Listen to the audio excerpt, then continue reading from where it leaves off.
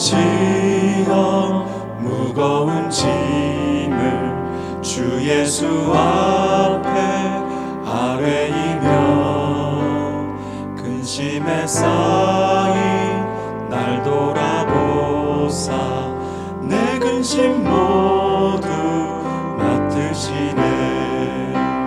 무거운 짐을 나 홀로 지고 견디다 못해 쓰러질 때 불쌍히 여겨 구원의 주님, 은혜의 주님, 오직 예수.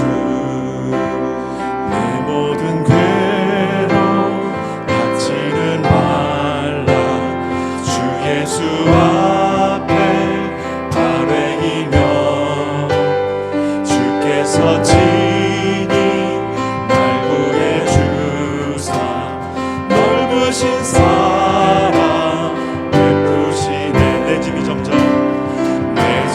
점점 무거워질 때 주 예수 앞에 아뢰이며 주께서 친히 날 구해주사 내 대신 짐을 져주시네. 무거운 짐을 나 홀로 지고 견디다 못해 쓰러질 때 불쌍히 여겨 구원의 주님, 은혜의 주님, 오직 예수. 마음에 씌어 무서운 죄를 주 예수 앞에 아뢰이며 예수는 나의 능력이 되사 세상을 이길 힘주시네.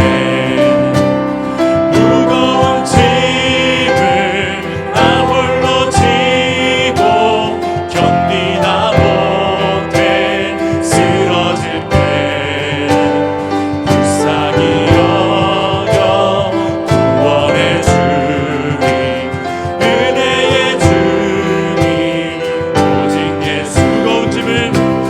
무거운 짐을 나 홀로 지고 견디다 못해 쓰러질 때 불쌍히 여겨 구원의 주님, 은혜의 주님, 오직 예수. 불쌍히 여겨 구원의 주님, 은혜의 주님, 오직 예수.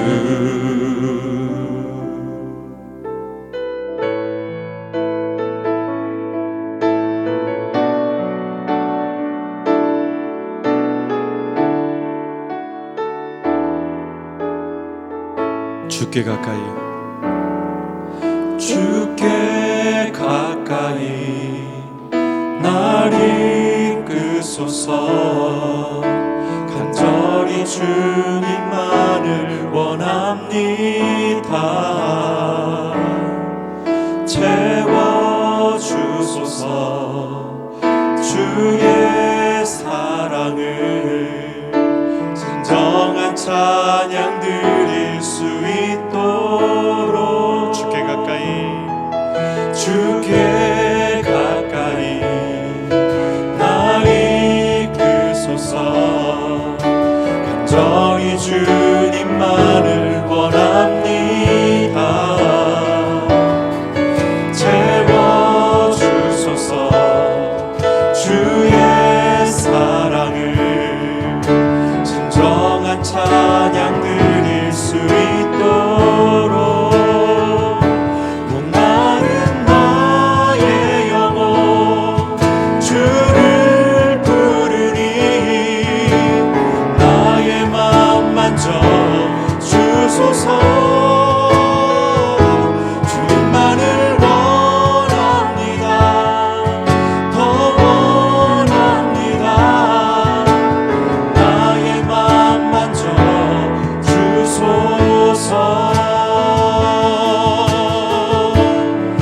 주께 가까이 주께 가까이 날 이끌소서 간절히 주님만을 원합니다. 채워주소서 주의 사랑을 진정한 찬양 드릴 수 있도록 목마른 나의 영혼 목마른 나의 영혼 주를 부르니 나의 맘 만져 주소서. 주님만을 원합니다. 더 원합니다. 나의 맘 만져 주소서. 아멘. 목마른 나의 영혼 주를 부르니 나의 맘 만져 주소서. 주님만을 원합니다. 더 원합니다. 나의 맘 만져 주소서. 주여 우리의 마음을 채워주시옵소서. 오 주님 채우소서. 나의 잠을 높이 듭니다. 하늘 양식 내게 채워주소서. 넘치도록 채워주소서.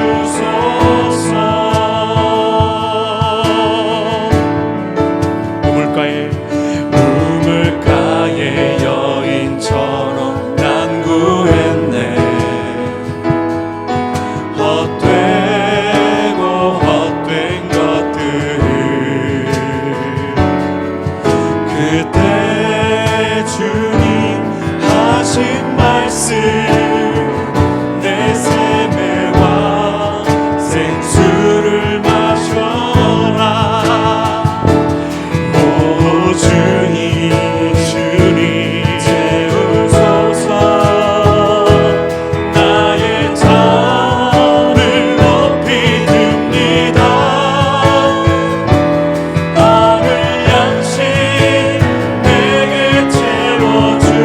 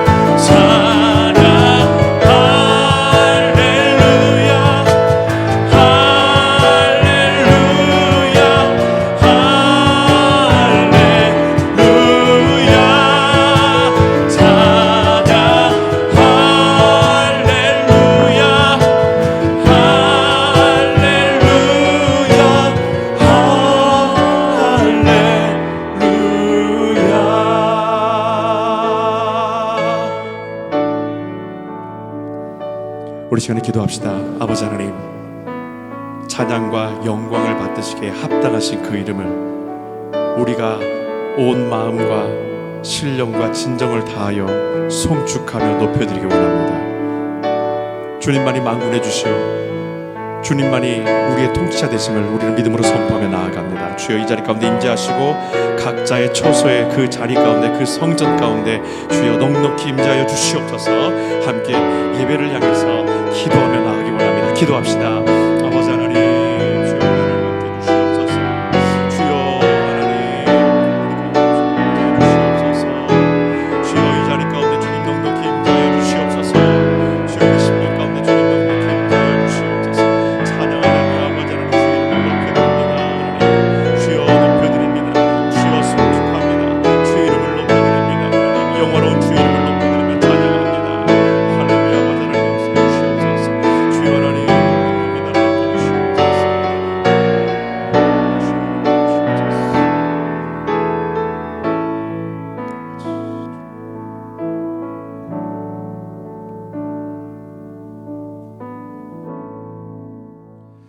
우리 장애물 경기 시리즈 오늘 6번째 시간입니다. 함께 오늘 나눌 말씀은 열왕기하 23장 24절부터 30절 말씀 함께 나누겠습니다.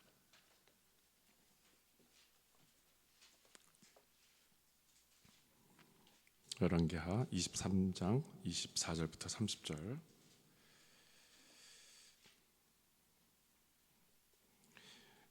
저와 한 절씩 교독하겠습니다. 제가 24절 먼저 읽겠습니다. 요시야는 또 가나안 원주민의 생활 풍속에서 전래된 물건과 관습들도 율법책의 규정에 따라서 깨끗이 제거하였다. 그는 유다와 예루살렘 전역에 퍼져 있는 점쟁이들과 죽은 사람의 혼을 불러내는 영매들을 제거하고 몸에 지니고 다니는 가정수호신 드라빔과 온갖 종류의 우상과 그것에 딸린 더러운 물건들을 모조리 제거하였다. 25절.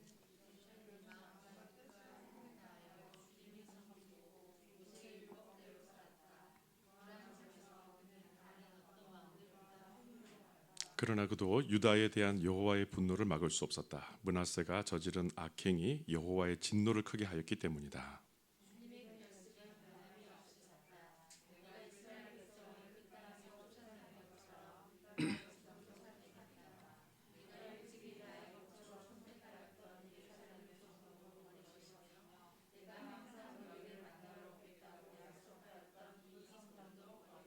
그 밖에 요시야의 행적에 대해서는 유다 왕들의 궁중 일기에서 찾아볼 수 있다.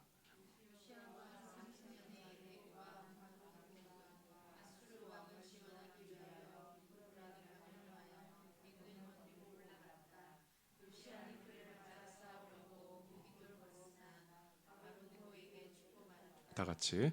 그러자 신하들이 왕의 시체를 전차에 싣고 예루살렘으로 돌아와서 유다 왕들의 묘실에 안장하였다.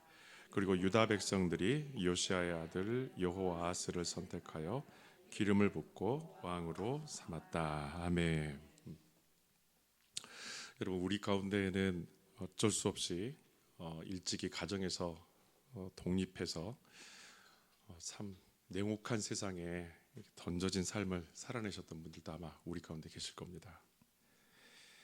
의지할 사람 하나 없는 그런 환경에서 스스로 가장이 되어야 했던 분들도 있을 것이고, 홀로 크리스찬이 되어서 가정 안에 복음을 뿌리기 위해 외딴 섬처럼 버텨왔었던 분들도 있었을 것이며, 나이에 맞지 않게 어른스러워야 했던 분들, 또 더 많은 사랑과 관심을 받아야 될 그런 미숙한 나이인데도 불구하고 세상에 미리 던져져서 그렇게 삶을 살아낼 수밖에 없었던 그런 분들도 아마 우리 중에 있을 겁니다.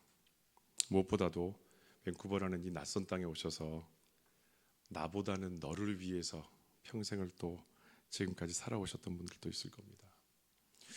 여러분, 한번 돌이켜 봅시다. 돌이켜 봤었을 때 무엇이 여러분들을 그때 버티게 만들었습니까? 어떤 것이 여러분들을 그 순간에 버틸 수 있도록 힘이 되었던 것 같습니까? 무엇 때문에 버티셨습니까, 여러분? 여러분, 사람이 하나님의 창조물인데 여러분, 하나님이 이 사람을 참 특이하게 만드셨어요. 독특하게 만드셨어요. 놀라워요. 그 상황에 어떻게든 살아내려고 발버둥치게 만드시고, 혼자의 힘으로는 할 수 없기 때문에 누군가를 만나게 하셔서 붙여주셔서 힘을 합칠 수 있게 하시고요, 내가 왜 이렇게 살아야 하는지를 진지하게 고민할 수 있는 존재로 하나님이 만드십니다. 그런데도 불구하고 우리는 그 안에서 한계를 느낍니다. 하나님, 그런 우리들이 살아가는 이 세상을 이처럼 사랑하사 독생자를 주셔서 우리를 구원해 주셨다고 성경은 말합니다. 여러분, 그래서 인간은 하나님께서 만드신 참 놀라운 존재이긴 하지만 그만큼 자기 존재 자체로는요, 불완전한 존재입니다. 하나님의 은혜가 없이는, 하나님의 구원하심이 없이는 결국에는 자기 스스로 온전히 삶의 인생들을 살아낼 수 없는 그런 불완전한 존재가 저와 여러분이라는 것입니다. 여러분, 인간이라면 모두가 싸우는 대상이 똑같습니다. 저도 똑같고 여러분들도 똑같습니다. 그 대상이 뭐냐면 세상이라는 대상입니다. 여기서 확연하게 구별되는 것은 과연 예수 그리스도를 믿음으로 살아가는가, 바로 구원받은 사람과 구원받지 못한 사람, 하나님의 영 안에 사는 사람과 하나님의 영 밖에 사는 사람, 교회는 다녀도 그리스도 안에 사는 사람과 교회는 다니지만 그리스도 밖에서 사는 사람, 세상을 대하는, 그리고 세상을 마주하는 태도 자체가 다 다르다라는 것입니다.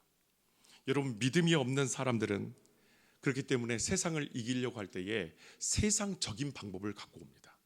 세상에서 사용했었던 세상에 이기는 방법을 갖고 오지만, 믿는 사람, 저와 여러분은 세상을 이기기 위해서 세상을 이기신 예수 그리스도를 닮는 삶을 우리들은 살아갑니다. 그래서 예수님께서는 요한복음 16장 33절에서 이렇게 말씀하십니다. 다 같이 한번 읽어볼까요? 내가 이 모든 것을 너희에게 일러두는 것은 너희가 내 안에서 평안을 누리게 하기 위해서다. 이 세상에서 너희는 많은 시련과 슬픔을 겪을 것이다. 그러나 용기를 내어라. 내가 세상을 이겼다. 아멘. 아멘. 주님께서 우리에게 주시는 말씀은 내가 세상을 이겼다. 너희들이 세상의 가운데서 고난과 시련이 있겠지만 용기를 내어라. 슬픔을 겪겠지만 용기를 내어라. 내가 그 세상을 이겼기 때문에. 여러분, 오늘 주님께서 주셨던 이 말씀 가운데 보게 되면 주님은 우리에게 내가 지금도 세상을 이겨가고 있는 중이다라고 말씀하지 않아요. 이분은 완료형으로 말씀하십니다. 나는 이미 세상을 이겼다. 이미 세상을 이겼기 때문에 이기는 방법이 주님께 있고 우리는 예수님처럼 살아가게 될 때에 비로소 그 삶의 온전한 승리를 경험하게 된다는 것입니다. 여러분, 이러한 삶을 살았던 남유다의 왕이 한 사람 있습니다. 아버지 아몬 왕이 2년 만에 세상을 떠나게 되고 불과 8살에 남유다의 16번째 왕이 된 요시야라는 왕입니다. 세상에 너무 일찍 던져졌습니다. 너무 빠른 시간에, 너무 이른 시간에 자의적이지 않는 상황 가운데서 세상 가운데 던져져서 가장이 되어 있었고 통치자가 되어 있었고 모든 삶에, 그리고 모든 나라를 전체를 책임지는 책임자가 되어서 살아갔던 사람이 요시야입니다. 어떻게 그 삶을 버텨낼 수 있었을까? 왕이라는 부담도 크고 그 짐도 무거웠을 것입니다. 자기가 택한 길이 아니기 때문에 더더욱이 요시야는 그 세상을 버텨내는 것조차도 스스로의 힘으로는 감당할 수 없었을 거예요. 그런 요시야였지만 성경에 보게 되면은 역대 남유다의 왕들 중에서 요시야만 왕이 없습니다. 최고의 칭송을 받고 있는 왕이 요시야 왕입니다. 오늘 저는 여러분들과 함께 이 말씀을 나누면서 요시야를 이해하려고 하는 것이 아니라 이 요시야를 통해서 우리가 하나님을 좀 이해했으면 좋겠어요. 하나님이 어떤 분이실까? 이런 인생을 하나님께서 어떻게 사용하시고 왜 이 사람이 칭송받을 수 있는 왕이 되었었을까? 그리고 그의 인생은 무엇으로 표현할 수 있고 설명할 수 있을까? 나의 인생에 대해서 다시 한번 돌아봅니다. 나의 인생 가운데서 주님께서 어떻게 나의 삶 속에 감섭하셨으며 그분이 어떻게 일하신 분이신지를 오늘 다시 한번 이 시간을 통해서 저와 여러분들이 묵상했으면 좋겠습니다. 자, 여러분, 요시야 왕이 남유다의 왕이 되었었을 때 이스라엘의 상황은 정말 답이 없는 상황이었습니다. 어디서부터 손을 써야 될지 알 수 없을 정도로 악이 만연해 있었던 것이 남유다였었습니다. 할아버지였었던 므낫세 왕은 무려 55년 동안에 남유다 이스라엘을 철저하게 우상을 섬기는 그 모든 삶이 완전히 그들에 있어서 삶의 일부처럼, 마치 그들의 삶의 라이프 스타일처럼 그렇게 만들어버린 그런 할아버지 밑에서 살아왔었고, 또 아버지 아몬 왕은 2년의 짧은 통치 기간을 살았었지만 자기 아버지처럼, 그 므낫세처럼 똑같이 하나님 앞에 죄악 가운데 살아가는 결과 2년 뒤에 궁중에서 신하들에게 살해당합니다. 바로 이때 요시야의 나이가 불과 8살밖에 안 됐다는 거예요. 이런 상황을 들어서 알고 있는 요시야가 그럼에도 불구하고 자기가 왕이 되어서 이 남유다를 하나님 나라로 세우기 위해 도전합니다. 아마 누군가는 그럴 거예요. 요시야, 너무 어리기 때문에 세상 물정 알겠어? 뭘 할 줄 알겠어? 걔가 그 나이에 뭘 할 줄 알겠어? 아는 게 뭐가 있다고. 분명히 요시야의 어떤 현실적 감각이라든지 그의 자격 조건에 대해서 궁금증을 그리고 의문을 표할 사람들도 분명히 있을 것입니다. 그러면 한번 여러분 돌이켜서 요시야 입장을 한번 돌아가 보죠. 여러분, 요시야가 왕이 되었을 때 불과 8살밖에 안 돼요. 그때는 잘 모릅니다. 섭정이 이루어집니다. 어머니와 주변 신하들, 지혜로운 하나님의 사람의 신하들 통해서 섭정을 통해서 나라를 세워가면서 어느 순간부터 자기가 성인이 되어가면서 나라를 이끌어갈 수 있는 어떤 능력을 갖추기 시작합니다. 자, 그때 요시야의 눈에 비친 이스라엘은 어떨까요? 철저하게 죄가 가득했었던 이 땅을 바라보면서 요시야는 과연 이 백성들이 쉽게 바뀔 수 있을 것이라고 생각했을까요? 아니면 쉽게 바뀔 수 없을 것이라고 생각했을까요?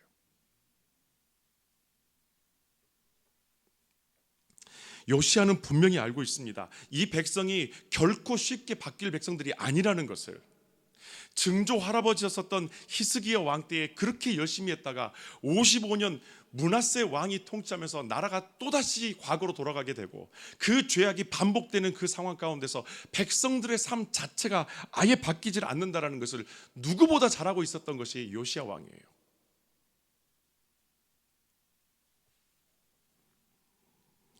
하지만 요시야가 걷고 있는 이 길이 어떤 길입니까? 예전에 증조 할아버지가 열심히 했었던 그 히스기야의 길을 따라가는 그런 삶이었을까요? 그의 삶의 목표가 할아버지였었던, 증조 할아버지였었던 히스기야를 닮아가는 것이 삶의 목표였을까요? 나도 그런 증조 할아버지처럼 멋진 사람이 될 거야. 그런 멋진 왕이 될 거야. 나도 그렇게 이 나라를 변화시키는 그런 사람이 될 거야. 이게 자기 목표였을까요? 여러분의 지금 삶의 목표가 뭡니까? 어떤 사람 되고 싶으세요? 여러분, 요시야의 목표는 히스기야처럼 훌륭한 왕이 되는 것이 아니라 내 앞에 내 길을 인도하시는 내 하나님을 묵묵히 따라가는 그분의 충성된 종이 되는 것이 요시야 왕의 목표였었어요. 나라의 개혁, 이 나라의 변화, 이것은 자기 목표가 아닙니다. 내가 어떻게 하나님 앞에 서는가, 이게 목적이었었다는 거예요. 저와 여러분을 하나님께서 왜 불러주셨습니까? 왜 하나님께서 저와 여러분들을 하나님 앞으로 불러주신 건가요? 무슨 일을 시키기 위해서? 어떤 일을 감당하기 위해서? 아니요. 저와 여러분을 부르신 이유는 하나님을 만나게 하기 위해서, 그분을 만나게 하기 위해서 저와 여러분을 불러주신 거예요. 저는 제가 밴쿠버에 온 이유를 분명하게 알고 있습니다. 이 땅을 변화시키기 위해서, 이 땅에 어떤 복음화를 위해서, 물론 그거는 사명이겠죠. 그러나 하나님께서 저를 밴쿠버에 불러주신 것은 내가 그분을 만나게 하기 위해서 그분이 나를 보내주신 거예요. 내가 그분이 어떤 분이라는 것을 깊이 묵상할 수 있도록 하기 위해서 이곳 밴쿠버까지 나를 불러줬다라는 거예요.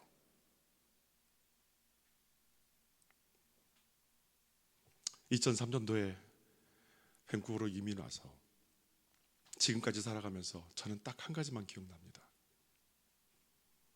제가 변했어요. 여기 와서 그 주님으로 인해서 제가 변했어요. 저는 처음에 이곳에 비전을 주셔서 돌아왔었을 때, 그래 내가 여기서 뭔가를 해야지, 그런 생각들을 참 많이 했었습니다. 그리고 물론 사역도 열심히 했었어요.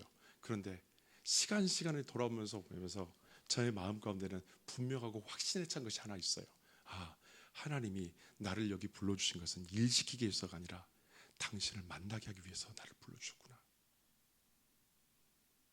그 말씀 앞에 나아갈 수 있도록 하기 위해서 나를 여기까지 불러주셨구나. 여러분, 성경은 요시야가 생의 모든 것을 다 바쳐서 주의 길을 걷고 분명히 그렇게 노력했지만은 왕이 생각하던 대로 세상이 바뀌지 않았다라고 성경은 우리한테 이야기합니다. 정말 열심히 했었는데도 바뀌지 않습니다. 그 증거를 한번 볼까요? 26절 27절의 말씀입니다. 제가 읽겠습니다. 그러나 그도 유다에 대한 여호와의 분노를 막을 수 없었다. 므낫세가 저지른 악행이 여호와의 진노를 크게 하였기 때문이다. 주님의 결심은 변함이 없으셨다. 내가 이스라엘 백성은 그 땅에서 쫓아낸 것처럼 유다 백성도 쫓아내겠다. 내가 일찍이 나의 거처로 선택하였던 예루살렘 도성도 버릴 것이며 내가 항상 여호와를 만나러 오겠다고 약속하였던 이 성전도 버리겠다. 정말 열심히 주님 앞에 충성하고 있는 요시야를 향해서, 이 시대를 향해서 여호와 하나님이 하신 말씀은요, 오히려 므낫세 때 하셨던 그런 말씀하고 똑같아요. 내가 이 도성을 나는 버렸다.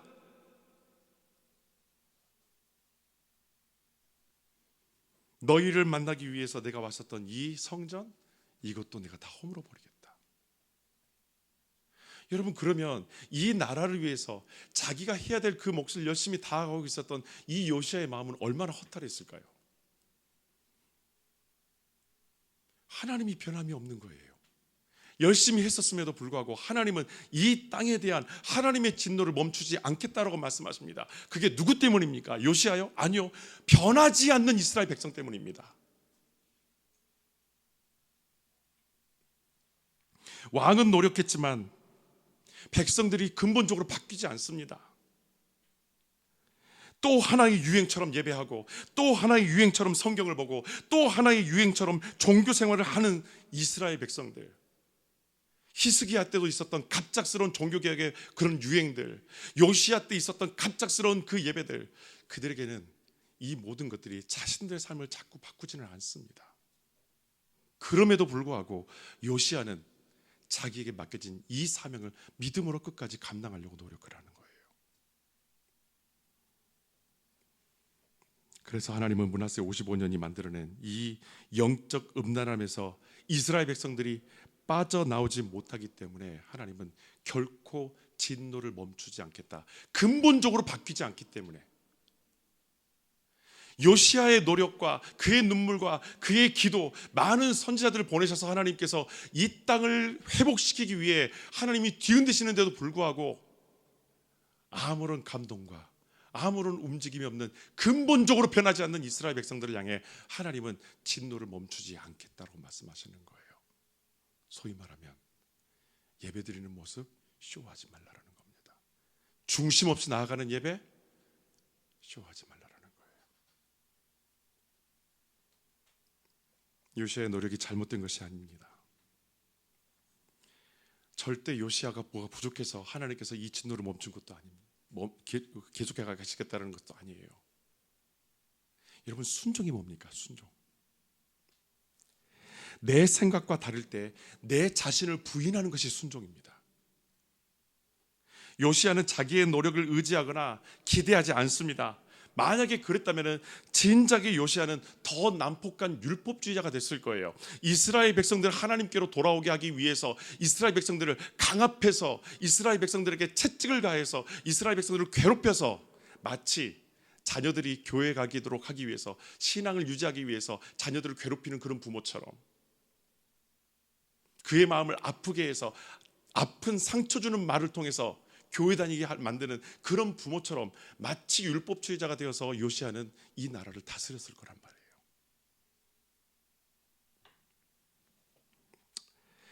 요시야는 하나님의 뜻에 순종하는 삶을 살기로 작정했었던 사람입니다. 이미 그의 삶의 출발 자체부터가 달라요. 여러분 성경을 보시면 열왕기하 22장 2절에 보면 요시야의 첫 출발을 이렇게 이야기합니다. 그는 자기 선조 다윗을 본받아 여호와의 마음에 드는 일을 하였으며 주의 명령과 가르침만 따라서 살았다. 왕이 되었었을 때의 기록이에요. 왕이 되었었을 때 요시야가 했었던 일이 뭘까? 뭘 하고 이걸 하고 저걸 하고, 요시야의 행적과 그의 업적에 대해서 설명하지 않아요. 한마디로 먼저 요시야를 딱 규정하는 것이 이겁니다. 그는 주의 명령과 가르침을 따라서 살았던 사람이다. 역할에 대해서 이야기합니까? 아니죠. 이거는 역할이 아니라 그의 존재에 대해서 이야기하는 거예요. 요시야가 어떤 존재인가? 여러분, 요시야는 왕의 명령을, 영광을 포기하고 하나님의 종으로 사는 것을 택합니다. 그렇다면 여러분, 누군가는 이런 얘기를 할 거예요. 목사님, 하나님만 택하고 하나님의 종으로 사는 거, 그거 외로운 거 아닙니까? 내가 주님만 붙들고 산다면, 내가 신앙만 붙들고 산다면 분명히 그 사람이 외로워질 텐데, 그렇게 사는 거 외로운 거 아닙니까? 주의 종으로 사는 거 외로운 거 아닙니까? 여러분, 진리를 따르지 않는 무리들 사이에서는요, 세속적인 것과 복음 사이에서의 거리감이라는 외로움이 존재합니다. 이건 반드시 존재하게 되어 있어요. 하지만 이것이 우리의 감정을 무너뜨리는 그 외로움하고는 차원이 다릅니다. 여러분, 외로움이라는 게 뭔가요? 빈 공간이 많은 것이 외로움이에요. 그렇다면 제가 다시 한번 여쭤보죠. 요시야가 외로운 사람입니까? 요시야가 외로운 사람이에요? 빈 공간이 많은 사람입니까? 22장 2절 다시 한번 읽어드릴까요? 그는 여호와의 마음에 드는 일을 행하면서 주의 명령과 가르침만 따르며 살아왔었던 사람이다. 빈틈이 있나요? 빈 공간이 있습니까? 없는 사람이에요. 요시야는 외롭지 않습니다. 요시야는 외로운 종이 아니에요. 이미 하나님으로 가득 차 있습니다. 그분으로 충분했기 때문에 외로운 사람이 아니라는 거예요. 여러분, 주와 같이 길 가는 것 외로운 길이 아닙니다. 만약에 사람을 의지하고 신하들을 의지하고 자신의 편에 서준 그 사람들을 의지했었다면 요시야는 외롭지는 않았지만 늘 걱정하며 살았을 거예요. 자기 아버지 아몬 왕이 어떻게 죽었는지를 요시야는 알고 있거든요. 자기 주변에 의해 있었던 신하들에 의해서, 그것도 궁전에서 살해당했던 사람이 자기 아버지예요. 그렇기 때문에 자기 주변에 몰려드는 사람들을 바라보면서 무슨 생각이 들까요? 사람들을 의지할 때 어떤 마음이 들까요? 저 녀석이 언제 나한테 와서 칼을 들이댈지 몰라. 저 사람이 언제 나한테 와서 배신할지 몰라. 오늘은 나한테 저렇게 잘하는데 언제 저 사람이 배신할지 몰라. 그런 걱정과 의심 가운데 살아가는 그런 요시야 왕이 되었었을 겁니다.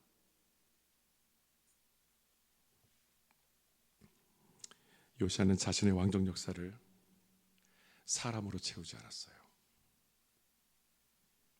그분이면 충분했기 때문에 하나님으로만 채웁니다.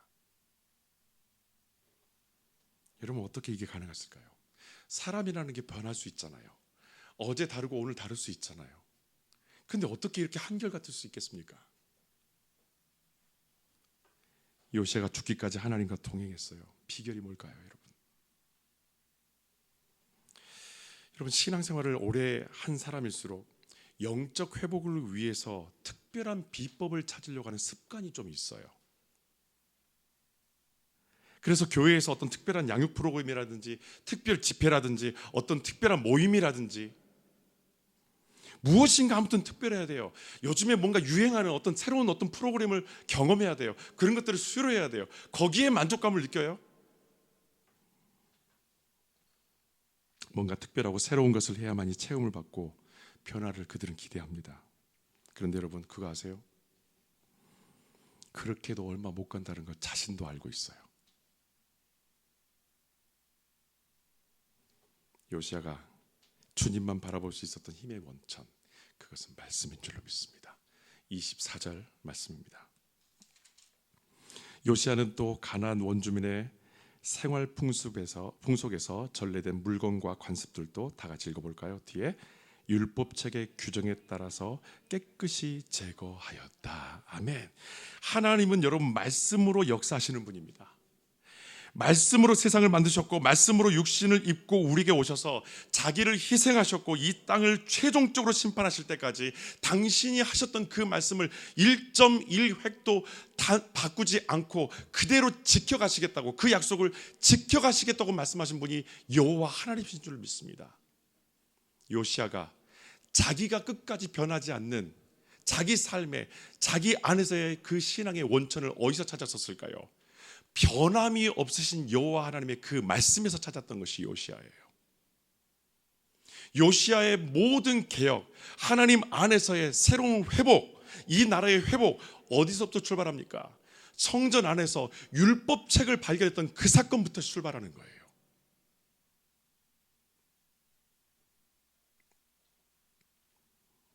요시야는 말씀이 이끄시는 대로 삶의 방향을 결정합니다. 왕이기 때문에 왕이 할 수 있는 일들을 하는 것이 아니라 왕이기 때문에, 하나님의 종이기 때문에 여호와 하나님께서 말씀하신 것을 내가 할 수 있다는 그 권위를 갖고 있었다는 거예요. 하나님이 저와 여러분에게 주신 권위를 어디에 사용하신 겁니까? 저에게는 아빠라는 권위가 있어요. 목사라는 권위가 있습니다.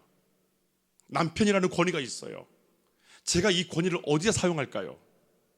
제 힘을 어떻게 발휘하기 위해서? 누군가를 짓누르기 위해서? 아니요.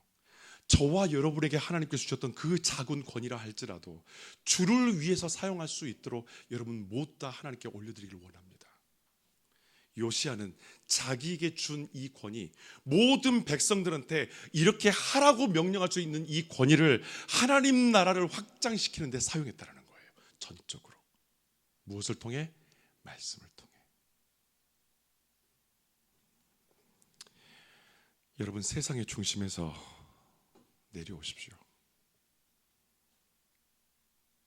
우리가 세상의 중심에서 내려오기 위해서는요, 말씀을 따라 살아야 합니다. 즉 이 말은 성경을 읽으시라는 거예요. 성경을 읽지 않는 것은 교만 중에 교만입니다. 크리스찬들에게서 가장 큰 교만이 뭡니까? 성경 안 읽는 게 교만이에요.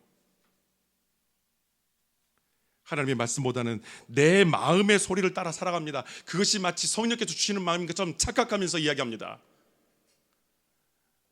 성령은 알고 계세요. 그게 네 소리라는 거를. 내가 한 얘기 아니라 그냥 네 마음에서 울려난 소리라는 것을. 이스라엘 왕들의 실패는 하나님의 말씀을 찾지 않았고 거저 얻어졌던 이 왕의 지위로 세상의 중심에 서버렸던 것이 그들의 실패의 원인입니다. 여러분 우리가 지금 코로나를 겪고 있죠. 이 시간들을 통해서 하나님이 저희들에게 참 많은 기회를 주셨어요. 저는 기회라고 봐요. 너무 큰 은혜라고 봐요. 지금 이렇게 우리에게 허락하신 이 기회의 순간에도 혹시 여러분 마음 가운데 삶 속에서 여전히 세상적인 부와 투자에 눈이 먼 가증한 정신세계가 있다면 이젠 빠져나오십시오. 탈출하십시오. 지금이 기회입니다. 이때가 기회예요. 그런데 스스로의 힘으로는 여러분 절대로 못 벗어날 겁니다. 우린 그거 이미 알고 있죠. 그래서 여러분 말씀을 펴셔야 합니다. 당장 여러분의 자리에서 말씀을 펴십시오. 그리고 그 말씀을 펴신 그 자리에서 당장 기도하십시오. 저는 말씀을 준비할 때, 기도하며 준비할 때와 기도하지 않고 준비할 때가 마음의 가짐이 완전히 달라져요. 설교를 준비하면서 중간중간에 성전에 엎드려서 들어와서 그냥 기도합니다. 근데 그때 주신 하나님의 은혜가 너무나 커요. 다음에 어떤 말씀을 하실지 멈출 때가 있어요. 정리하다가 갑자기 멈춰요. 그럼 무조건 그냥 옵니다. 그래서 하나님 앞에 엎드리는 거예요. 주님, 저에게 말씀해 주십시오. 주님 마음 부어 주십시오. 여러분, 한 번도 하나님께서 그저 저를 보내신 적이 없어요. 과거 내 삶의 모든 관습과 하나님과 반대되는 길을 걷는 삶을 우리가 깨끗하게 하기 위해서는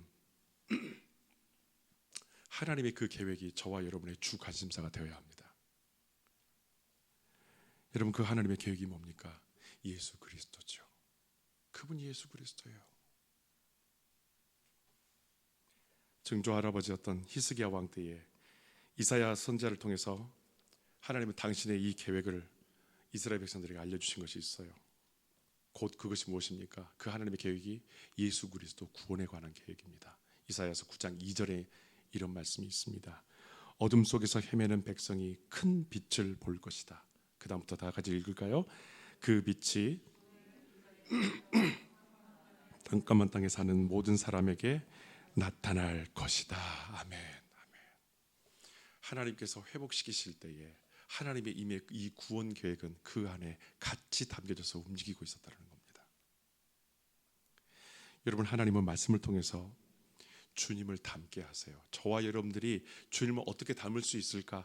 행위를 통해서 닮을 수 있을까? 아닙니다. 말씀을 통해서 닮는 거예요. 주님께서 하셨던 모든 삶의 마디마디는 무엇을 통해서 이루어진 겁니까? 말씀에 순종하여 이루어졌던 삶들입니다. 요시야는 말씀으로 만들어진 왕이에요. 그렇기 때문에 말씀으로 양육받지 않고 그 말씀을 목숨처럼 여기지 않는다면 요시야마저도 아마 아버지의 원수를 갚는데 기회를 엿보는 폭군이 되었을지도 모릅니다. 하지만 요시야는 보복하지 않습니다. 절대 보복하지 않습니다. 이러한 악순환을 끊을 수 있는 방법은 피가 아니라 여호와 하나님의 말씀밖에 없다라는 것을 요시야는 알고 있었기 때문에 보복하지 않습니다. 피를 부르지 않습니다. 그래서 여러분, 요시야의 통치 이념은 말씀에서 출발해서 그 말씀이 완성되는, 그 말씀으로 증명되는 것이 요시야가 나라를 통치했던 모습이라는 거예요. 여러분, 그래서 요시야는 이 말씀을 통해서 몇 가지 하나님을 발견하게 되고, 우리도 요시야가 말씀을 통해서 순종하는 삶을 통해 어떤 하나님을 만났는지, 그 하나님이 어떻게 일하셨는지를 몇 가지를 우리가 발견합니다. 첫 번째는 이거예요. 생각하지 않아도 무의식 중에 나타나는 죄의 습관을 하나님께서 우리에게 끊게 만드시도록 하시는 것이 여호와 하나님께서 우리에게 주시는 말씀이에요. 그래서 우리에게 말씀으로 다가오시는 거예요. 여러분, 요시야는 가나안 원주민의 생활 풍습에서 전래된 물건과 관습들을 말씀에 따라서 제거했다고 말씀합니다. 여러분, 우리는 내 삶 속에서 믿음과 배치되는 것들을 제거해야 한다고 할 때에 이런 마음이 들고 핑계가 들 때가 있어요. 이유를 자꾸 들어요. 왜냐하면 두렵기 때문입니다. 말씀을 따르려다가 자칫 내 자신이 무너질까 봐 두렵고요. 내 자존심, 내 가치관, 불완전했었던 내 신앙관, 그리고 내가 이렇게 하고 있다는 것을 이게 신앙이라고 믿고 있었다는 것, 이것마저도 무너질까 봐서, 그리고 내 계획이 혹여나 이렇게 열심히 쌓아놨던 이 모든 내 계획이 이 말씀을 봄을 통해서 혹여나 무너질까 봐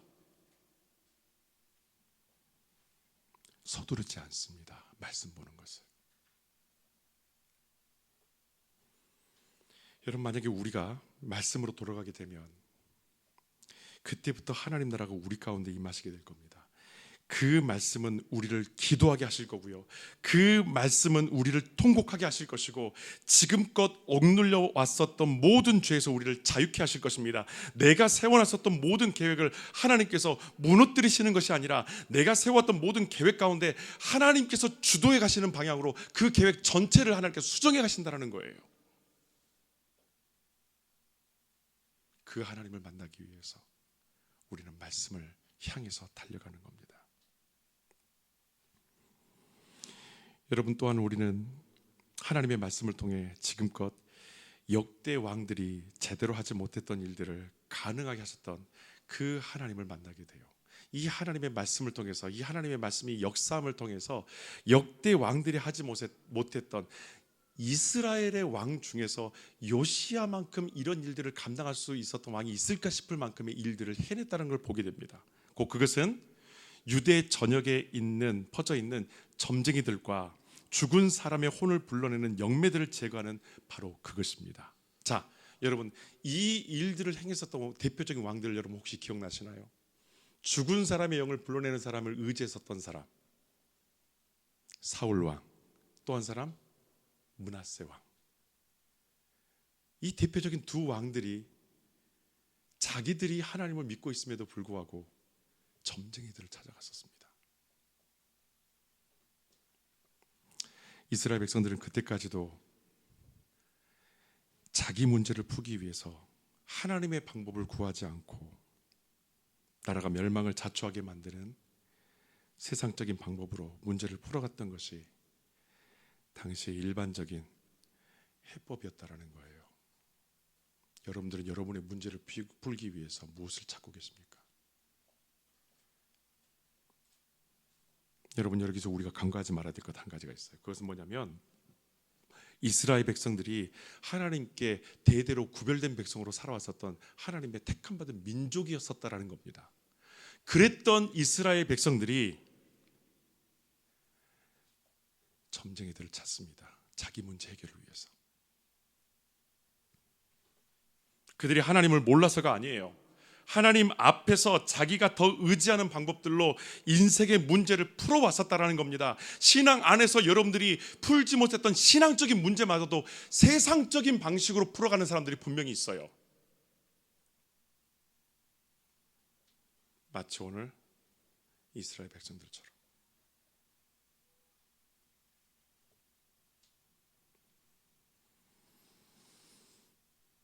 지금 여러분이 어려움 앞에서 어떤 방식으로 문제를 풀어가고 있는지 알고 계십니까? 아주 뻔하고 지루한 표현 하나만 더 쓰겠습니다. 그거 성경적인 방법인가요?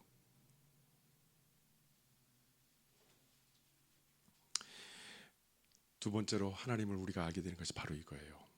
하나님은 말씀을 통해서 요시야에게 이 말씀에 길이 있다라는 것을 알려주시는 거예요. 하나님께서 왜 우리에게 자꾸 말씀을 주실까? 왜 우리가 말씀을 봐야 할까? 요시야가 걸었던 모든 길은요, 말씀에서 출발했기 때문입니다. 성경적 방법으로 여러분 회복하십시오. 뻔한 얘기 같지만 다시 한번 부탁드립니다. 성경적인 방법으로 여러분 회복하십시오. 풀리지 않는 의문을 하나님의 말씀을 통해서 여러분 해결하셔야 됩니다. 이게 여러분의 삶의 습관이 되어야 합니다. 이미 히스기야 때 이런 노력이 있었는데 그들의 삶의 습관으로 들어오지 않았었기 때문에 히스기야가 죽고 난 뒤에 이스라엘은 또다시 과거로 돌아가는 거예요. 자기 문제를 해결을 위해서, 자기 문제가 잘 되어지기 위해서 하나님을 찾지 않고 또다시 세상의 방법을 찾습니다.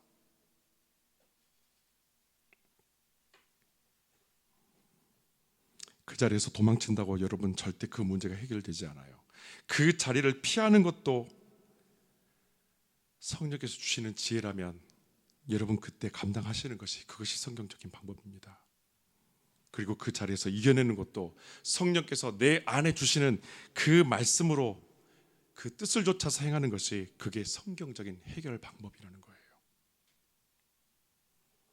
늘상 자기 문제를 해결하는데 세상적인 방법을 찾았던 이스라엘 백성에게 요시야는 하나님의 말씀 속에서 길을 찾도록 말씀에서 눈을 돌리는 것을 그렇게 돌리게 만드는 모든 상황들을, 그런 모든 환경들을 제거해 나갔던 것이 요시야입니다. 근본적으로 그는 말씀을 사랑했다는 사람이에요. 또 여러분 오늘 성경에 보게 되면 개역개정 성경에는 안 나타나요. 이 표현이 우리가 보고 있는 현재 성경에만 나타나는 표현인데 독특한 부적 하나가 등장합니다. 몸에 지니고 다녔던 그 당시의 부적이에요. 그게 뭐냐면 드라빔이라는 부적입니다. 이 드라빔의 용도를 오늘 성경에서 잘 설명해 주는데 뭐라고 나와 있죠? 드라빔이 가정수호신이라고 되어 있어요. 가정수호신. 여러분, 만약에 우리가 말씀으로 돌아가게 되면 그때부터 하나님 나라가 우리 가운데 임하시게 됩니다. 그 말씀은 우리를 기도하게 하실 것이고, 그 말씀은 우리를 다시 한번 주님 앞에서 통곡하게 만든다라는 거예요. 지금껏 억눌려 있었던 모든 삶 가운데서 자유함을 허락하시는 것이 주께서 우리에게 베푸신 바로 그 말씀, 내가 드라빔을 의지하지 않고 내 가정의 수호신으로서 내가 뭔가를 의지하는 그 무엇이 아니라 내가 온전히 하나님을 의지하게 만드는 그런 모든 삶의 영적 습관을 조성하는 것이 무엇일까? 그분이 하나님이시고 그분이 주시는 말씀이 오늘 우리에게 있어서 이 드라빔의 자리를 완전히 대체시킬 수 있는 삶의 방향이 되어지고 유일한 우리 삶의 무기가 되어야 된다는 겁니다. 또 하나님은 우리의 삶을 통해서 끊임없이 주님을 만나게 하십니다. 보통 여러분, 우리가 가정 가운데서 이런 생각을 할 때가 있어요. 여러분, 가훈 혹시 있으신가요? 가훈? 집사님 가훈이 있어요? 생각이 안 나시죠? 혹시 가훈 있는 가정 있으세요? 가훈 거의 없으실 거예요. 예전에는 저 어렸었을 때는요, 학교에서 숙제가 뭐냐면은 집에서 있는 가훈 써오기. 가훈이 뭡니까? 가정의 목표죠. 요즘 가훈이라는 이 말, 거창한 문구를 사용하지는 않지만 말하지 않아도 가족의 대화와 생활 속에서 우리 가정이 무엇을 지향하고 있는지 어렵지 않게 찾아볼 수 있습니다. 가훈이 무엇냐로 제가 묻지 않아도요, 여러분들이 집에 가셔서 남편과 아내와 자녀와 부모와 무슨 얘기를 자주 나누는지 한번 생각해 보십시오. 그게 가훈이에요. 이미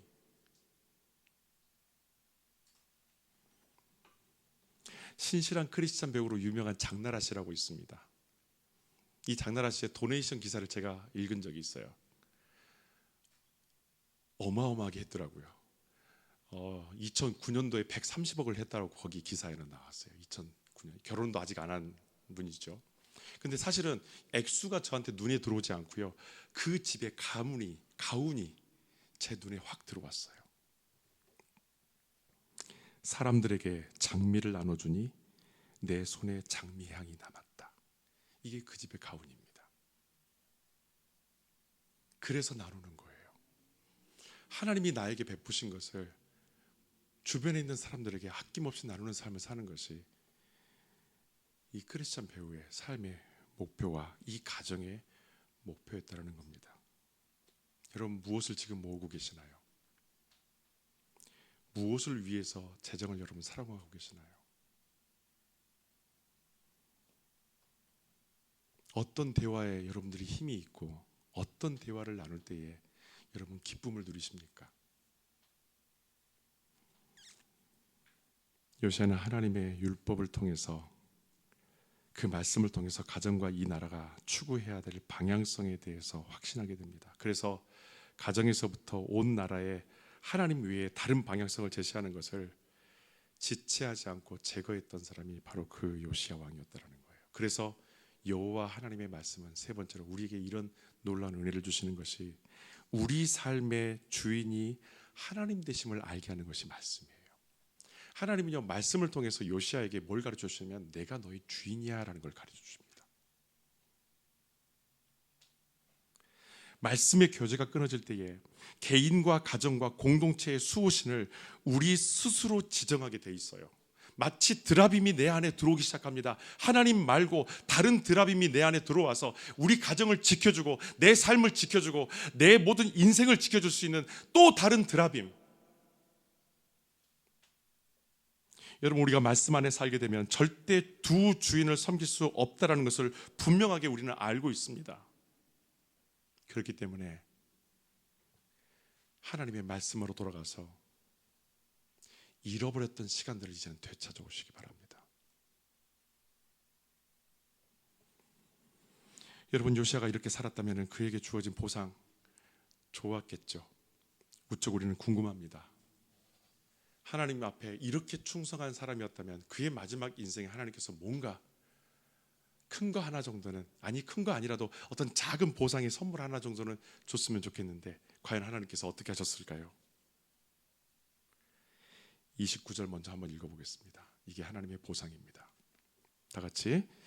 요시야 왕 30년에 애굽 왕 바로느고가 아수르 왕을 지원하기 위하여 유브라데 강을 향하여 대군을 거느리고 올라갔다. 요시야는 그를 맞아 싸우려고 무깃도로 갔으나 바로느고에게 죽고 말았다. 요시야가 받은 보상에 대해서 여러분에게 제가 굿뉴스를 드려야 되는데 죄송합니다. 안타까운 소식 하나 전하죠. 요시야는 전사하게 돼요. 31년이라는 짧은, 물론 길기도 하겠죠. 그러나 그 시간 동안에 그는 열심을 다해서 주를 위해 달려가다가 마지막에 전쟁에서 그만 전사하고 맙니다.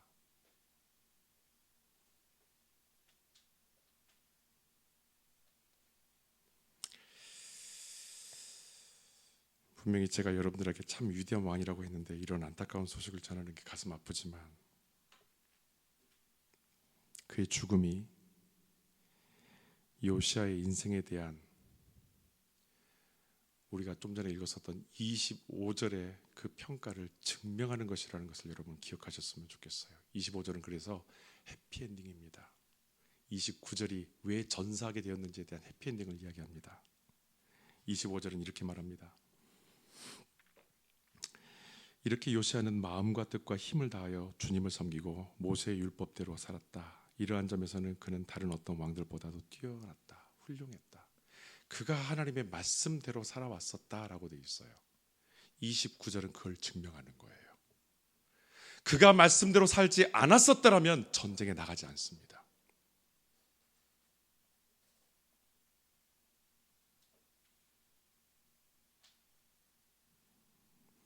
요시야는 마지막까지 자기 역할을 다하고 세상을 떠나는 사람입니다. 하나님께서 나를 부르셔서 하나님의 그 말씀대로 순종하는 바로 그 자리에서 마지막 죽음을 맞이했던 사람이 요시야예요.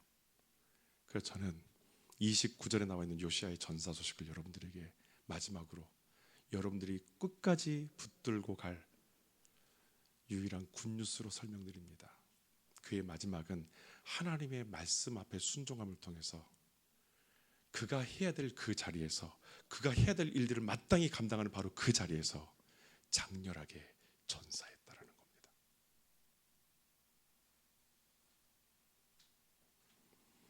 왕의 역할은 하나님의 뜻하신 이 나라를 지키기 위해서 누구보다 앞장서서 모든 전쟁에 임해야 합니다. 육체적인 전쟁뿐만 아니라 정신적인 전쟁, 영적인 모든 전쟁을 감당해야 되는 사람이 왕이에요. 그것을 피해버리게 된다면 절대로 이 나라의 왕이 아닙니다. 저와 여러분들이 이 가정 안에서 기도해야 될 제목을 피해서는 절대로 가장이 될 수가 없어요. 교회 안에서 교회가 감당하고 있는 여러 가지 기도 제목들을 피한다면 여러분들이 이 교회의 멤버라고 이야기할 수가 없습니다. 그냥 방문자이지. 그런데 왜 우리가 이 안에서 한 가족이라고 얘기합니까? 왜 우리를 멤버십이라고 얘기합니까? 멤버십의 의미는 이것입니다. 주님께서 하시는 일들을 함께 믿음으로 감당해 가는 것, 이게 멤버십이에요.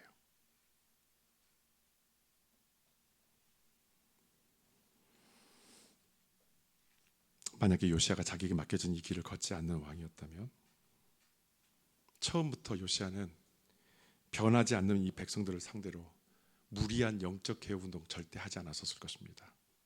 왜? 이렇게 해도 예전으로 돌아갈 것 뻔하니까. 내가 왜 해? 내가 저 사람 잘하는데, 내가 이 백성들 잘하는데 내가 왜 노력해야 돼? 포기해버리면 되지 뭐. 어차피 그 사람 안 할 거야.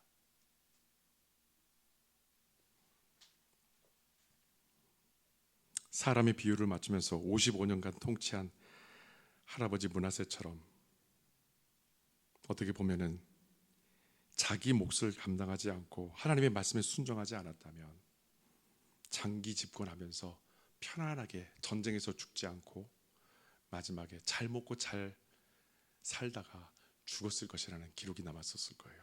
근데 저는 요시야가 전사했다는 소식이 너무 다행인 거예요. 하나님 너무 감사합니다. 마지막까지 당신께서 부르신 그 자리에서 죽음을 맡겨주셔서 감사합니다. 하나님의 사람의 죽음을, 어떠한 죽음이 우리에게 있어서 이 사람은 정말 하나님이 사랑하신 사람이다라고 이야기할 수 있을까요? 교통사고 당해서, 병으로, 어떤 불의한 사고를 통해서 그렇게 세상을 떠난 사람이라면, 그런 크리스찬이라면 여러분들이 무슨 얘기를 하겠습니까? 젊은 나이에 세상을 떠났다고 한다면 여러분 무슨 얘기를 하겠습니까?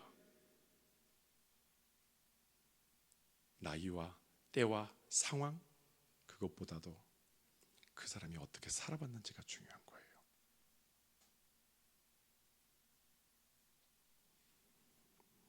요시야는 이 길이 버겁고 따라오는 사람들이 있든 없든 묵묵히 하나님께서 내게 주신 이 길들을 향해서 나아갑니다. 그냥 하나님께서 이끄시는 그 일을 향해서 묵묵히 나아가는 거예요. 하나님께서 전쟁 앞에서 싸우라면 싸웁니다. 말씀을 선포하면 선포합니다. 울라면 웁니다. 몇 년을 통치했냐는 중요치 않아요. 언제 어떻게 죽느냐도 중요치 않습니다. 그래서 요시야의 전사는 오히려 그가 마지막까지 자기가 걸어야 할 그 길을 순종했었던 위대한 증거가 된 거예요. 요시야를 향한 하나님의 특별한 계획은 바로 이것입니다. 그가 마지막까지 하나님의 종으로 살고 이스라엘이 바벨론에 멸망당하는 이 비참한 꼴을 요시야의 눈으로 보지 않게 해주신 것이 바로 그것이 하나님의 은혜였다라는 거예요.